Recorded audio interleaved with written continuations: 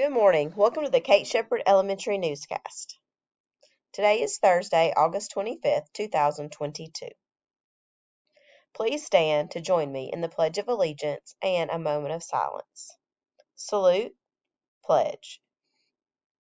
I pledge allegiance to the flag of the United States of America and to the republic for which it stands, one nation, under God, indivisible, with liberty and justice for all. Remain standing for a moment of silence. Thank you. You may be seated.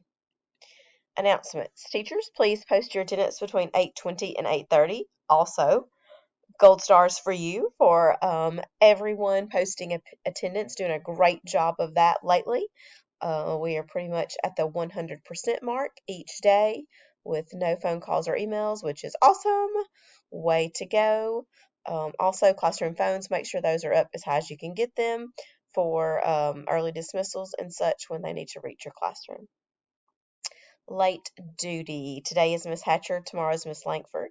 Next week we have Miss Reynolds, Miss Barnes, Miss Waller, Miss Moeller, and Miss Shepherd. Important dates. This week we will be finishing up the HMH growth measure. August 29th through September 2nd, we will have the iReady Diagnostic 1.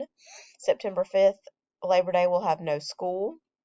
September 6th, we have the Title I meeting for grandparents at 9 a.m. September 9th, we have Grandparent Day lunch and Kona Ice. September 21st, we have Fall Makeup Picture Day. October 7th is the end of the first quarter, and October 10th, no school for Teacher Work Day.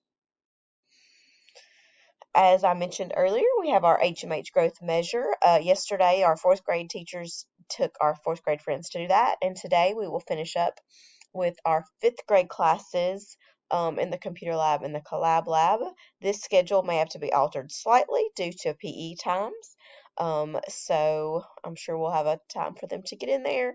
And we will finish up HMH growth measure this week.